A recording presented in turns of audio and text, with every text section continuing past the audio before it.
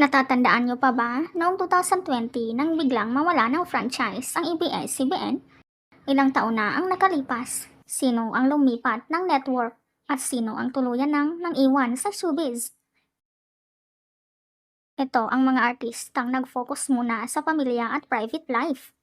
Angie Locsin matapos ang shutdown at ang kanyang kasal kay Neil Arce. Tuluyan na siyang naglaylo sa showbiz at social media para mag-focus sa kanyang pribadong buhay. Reg Gonzalez nawala rin sa kamera matapos magpakasal sa kanyang non-showbiz husband na si Mateo Lorenzo. Tahimik at masaya na siya sa kanyang private life. Maha Salvador, bagamat nagtayo ng sariling talent agency na Crown Artist Management at gumawa ng ilang shows, mas nakatutok ngayon si Maha sa kanyang pamilya at pagiging matapos ikasal kay Rambo Nunez. Jessie Mendiola, full-time mommy na ngayon. Si Jessie, anak nila ni Luis na si Rosie, habang paminsan-minsan ay nagva-vlog.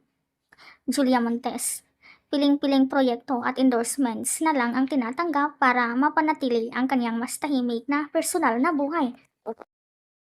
Angelica Panganiban, nakabase na ngayon sa Subic si Angge ng Sambales, kasama ang kanyang asawang si Greg Human at ang kanilang anak na si Amila Sabin.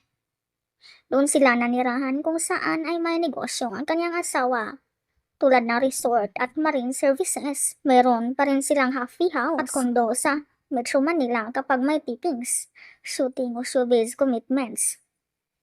Pinagsabay niya ang pagiging ganap na ina at paminsan-minsang pagtanggap ng mga acting projects. Ito naman ang mga celebrities na lumipat ng network at nag-Hollywood. Bea Alonzo at John Lloyd Cruz, ang iconic love team. Si Bea ay opisyal ng kapuso sa GMA7, habang si John Lloyd naman ay gumawa ng sitcom sa GMA at nag-focus sa indie films at pagiging ama. Si Tony Gonzaga naman ay nagpaalam na sa PBB at ABS, lumipat sa All TV, at mas nakatutok ngayon sa kanyang matagumpay na YouTube talk show na Tony Talks. Liza Soberano, sinubukan ang oportunidad sa Hollywood.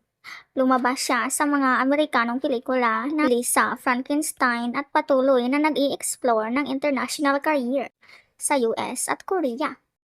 Julia Barreto lumipat sa Viva Artist Agency, gumawa ng mga proyekto sa Viva Max at Viva Films, at busy din sa kanyang mga negosyo at vlogs.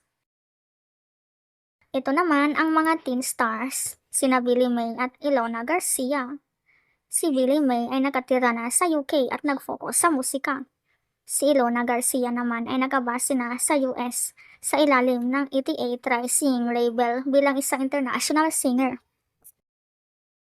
Si Edward Barber at Maymay Entrata. Si Edward ay nag-focus sa pag-aral at hosting. Si Maymay naman ay patuloy na nagpapatok bilang solo pop star sa ilalim ng Star Music at nag-viral sa kanyang ama kabugera.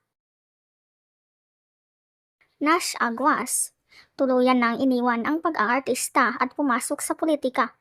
Nagsisilbi na siya bilang City Councilor ng Cavite. Elmo Magalona, naglaylo sa mainstream TV at mas nakatutok ngayon sa paggawa ng indie music at personal hobbies. Ito naman ang mga musikero at iba pang showbiz personalities. Sarah Geronimo, lumalabas pa rin sa ASAP, ngunit mas nakatutok si Popstar Royalty sa kanyang mga concert tours, bagong kanta at pamilya kasama si Matteo Botticelli, Yeng Constantino, Moira at Morissette. Si Yeng ay isang independent artist. Si Moira ay busy sa kanyang mga international tours at si Morissette naman ay nakatutok sa mga international collaborations.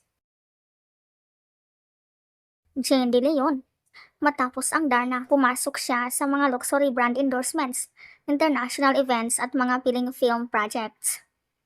Christine Reyes, Vin Abrenica, JC De Vera, at Vina Morales, gumawa ng mga proyekto sa TV5, Viva Films at mga digital series habang nag-e-enjoy sa pamilya.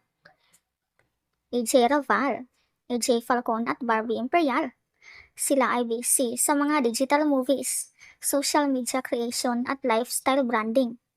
Shasha Padilla, nanatiling pilar ng asap natin to habang nag-i-enjoy sa kanyang farm life sa Lukban. Kahit nawala ang orihinal na franchise ng ABS-CBN, nakakita na sarili nilang bagong landas ang bawat isa sa kanila. Sa politika, sa pamilya, sa ibang network o sa ibang bansa. Sino sa kanila ang pinaka namimiss ninyong mapanood sa TV? Anong masasabi mo dito?